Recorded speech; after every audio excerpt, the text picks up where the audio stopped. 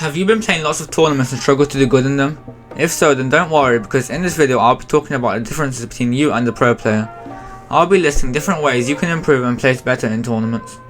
I want to start off by saying that becoming a pro player isn't easy and takes time. Pros spend hours practicing and analysing their mistakes to improve every day. Now I know most of you watching probably don't have the time to put into improving every day. This means you probably have to put more time into school and work. Since the pros get to play Fortnite all day long, they end up improving much more. This is where time efficiency comes in. If you don't know what that means, let me give you an example. Let's say you can play 3 hours a day and you spend those hours playing creative maps like boss fights with your friends. You probably won't see the improvement that you were looking for. Instead, you should use your time to practice something new or practicing playing tournament-like games to improve your rotates and awareness. You could also use some of your time VOD reviewing or training your aim. To become a pro, you need to start playing tournaments. This means you play all the tournaments every week and try to get a better placement each time. Let's say you want to qualify for the Solo Victory Cup. There are plenty of Discord servers hosting solo scrims to practice in. This will massively help you for your next Solo Victory Cup. You can also practice with your duo and trio for tournaments such as the Cash Cups. This is important because it gives you time to practice and find teammates to play a tournament with.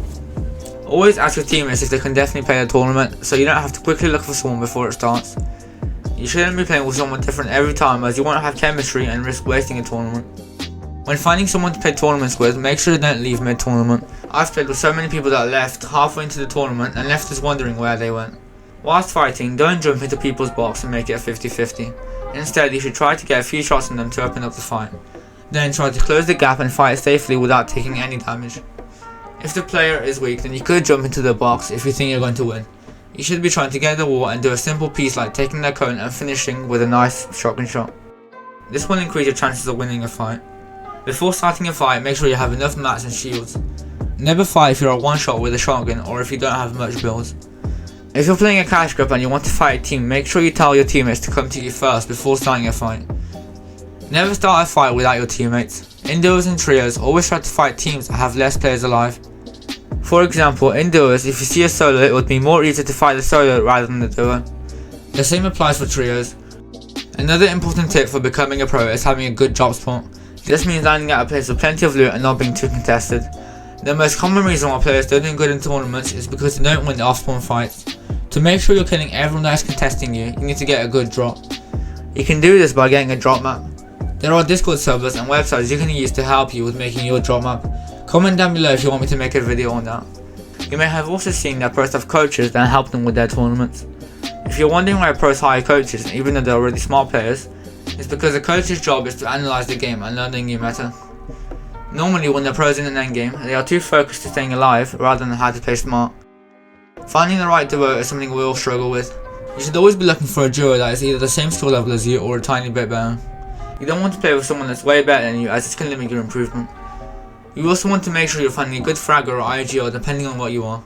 There are also plenty of Discord servers you can find a duo in. For the next step, make sure you take a break. Don't sit on Fortnite all day. If you spend your whole day playing Fortnite, you're risking completely burnt out and possibly losing interest in the game. Make sure you're not setting unrealistic goals in tournaments.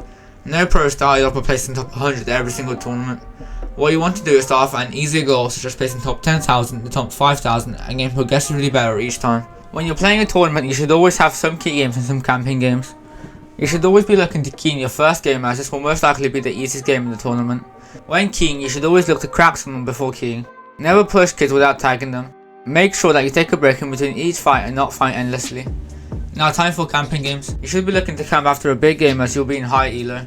The best place to camp in is a bush, as this allows you to get a free kill on kids walking past. If you're camping, make sure to have enough loot for endgame, as you probably won't be getting a refresh. Don't argue with your teammates. If you argue, you'll end up not playing good and wasting a tournament. Even if one of you makes a mistake, it doesn't matter. All pros make mistakes. The last thing you want happening is arguing with your duo mid-tournament and end up not playing as good as you could have. To start your journey to becoming a pro, you need to start playing solos. Solos is important as you improve your fighting on your own and not having someone to rely on. Knowing every time you die is 100% your fault, you'll be able to analyse what you did wrong. Right now, the Solo Victory Cup is the easiest way to start your pro journey and making your first earnings. Making your first earnings is something that will motivate you and keep you wanting to play more tournaments, which is the key to success. You need to understand that playing on a not so good setup is not stopping you from becoming a pro. Most pros did not have the best setup until they had some earnings. If pros blamed everything on the setup instead of analysing what they did wrong, then they wouldn't be where they are today. Something we all need is a good routine. A good routine can consist of Kovacs or any aim training maps in creative, peace control practice, freeboarding and edit courses. I also recommend playing some ranked games where you heal everyone to improve your fighting in game. A simple way to quickly improve your aim is getting Crosshair X. Crosshair X allows you to get your own custom crosshair rather than using the default Fortnite one.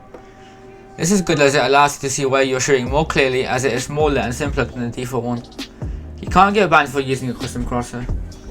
Some of you might not think this next tip is important, but I think it will make a little difference to your game. You and your teammates should wear the same skin. This is important as if someone cracks you, then they won't know which one out of your team they cracked. This gives you time to use heals and get back some HP. Talking about heals, you should always carry whites and blues. You can't rely on your teammates carrying heals for you. If one of your teammates died, then you'll be left with little heals to work with. The best heals to carry this season is slurpers and floppers, but if you don't want to fish, then you should carry medkits and big pots. The last tip I want to mention in today's video is that you should be warming up before tournaments. This should be at least 1 hour of 1v1s or freebuilding to warm up your hands. It's important you warm up, as if you don't, you'll probably end up not doing as good as you'd like to do in the tournament. You should always be looking to start your first game a few minutes late. This allows you to be in easy lobbies, as kids who died off spawn first game will be loading into their second game. You should start 5 to 10 minutes late. You don't want to waste too much time, as it might make you not have time to finish all the games in time. If you have 2 games left and you only have 10 minutes left to queue into the next one, then you should try to get a few kills for some extra points, then backing out entering a new game in the last 5 minutes. Thank you for watching, and I hope you place good in your next tournament. Please consider dropping a like if this video helped.